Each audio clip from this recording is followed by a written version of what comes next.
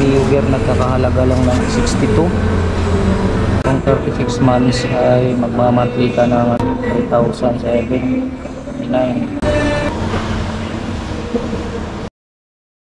So what's up mga tropang idol. So makalipas lamang ang 19 minutes ay na travel ay narating na natin itong SB Warehouse Finance. Dito lang yan sa number 8 Mercury Avenue, Bagong Bayan, Quezon City.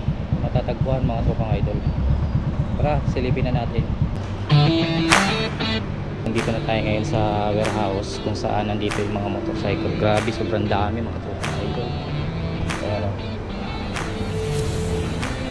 Ito yung unang-unang bumubungad sa'yo na sobrang pagkarami-raming motor na repossess. Katulad nito, Mio Gear. Ayun, check natin kung magkano. Ang Mio Gear nagkakahalaga lang ng 62. Kung 36 months ay magmamonthly ka ng 3,709. So, sa Mio ay naman ay 57.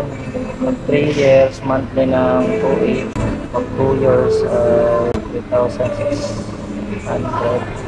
Pag 1 year ay 6,000. Click naman, depende lang to sa kung gaano ka-fresh yung unit. Ganda pa to, oh. 61.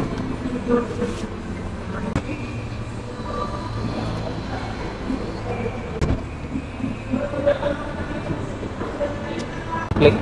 Dito naman mga click.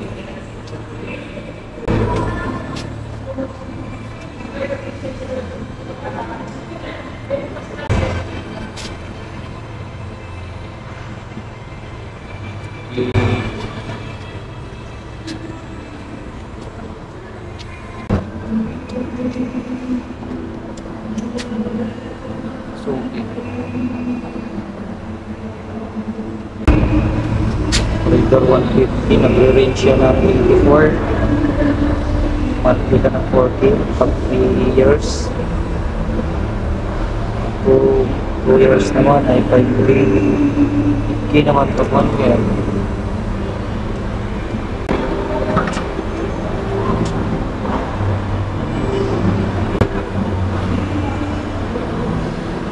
Mga 15.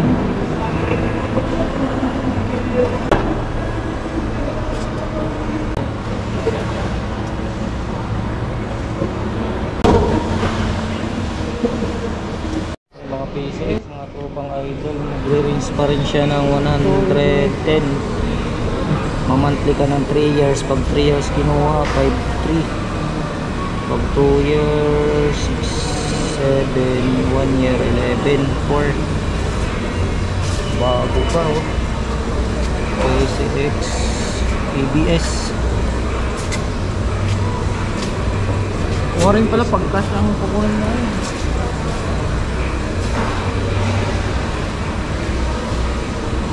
131. Galit na yan. NMAX naman, oh. Sa NMAX ay magre-range ng 136. Mamonthly ka ng 3 years. Pag 3 years, monthly ka ng 64. Pag 2 years naman, 83. Pag 1 year, 14K. 14K. Depende sa kung ilan yung order.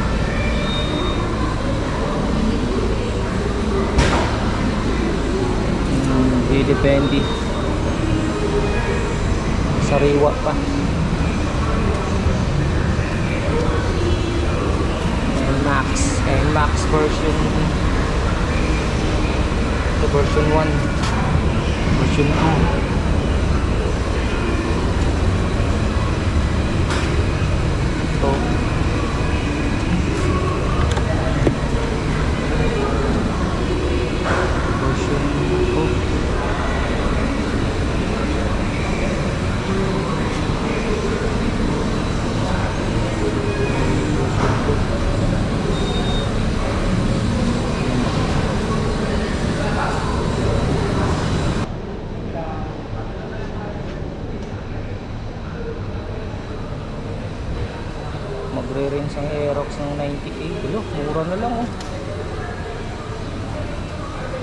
4.2, 3 years, 5K, 5.5,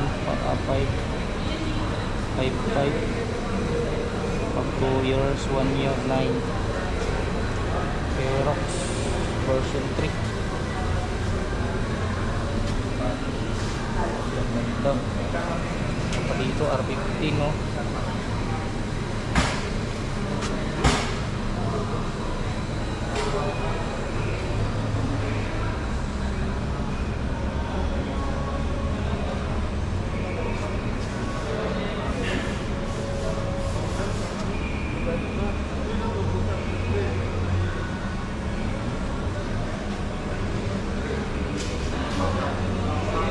Yan, Ninja 400, oh. Naka EPS, naka roser na ano, Dominar.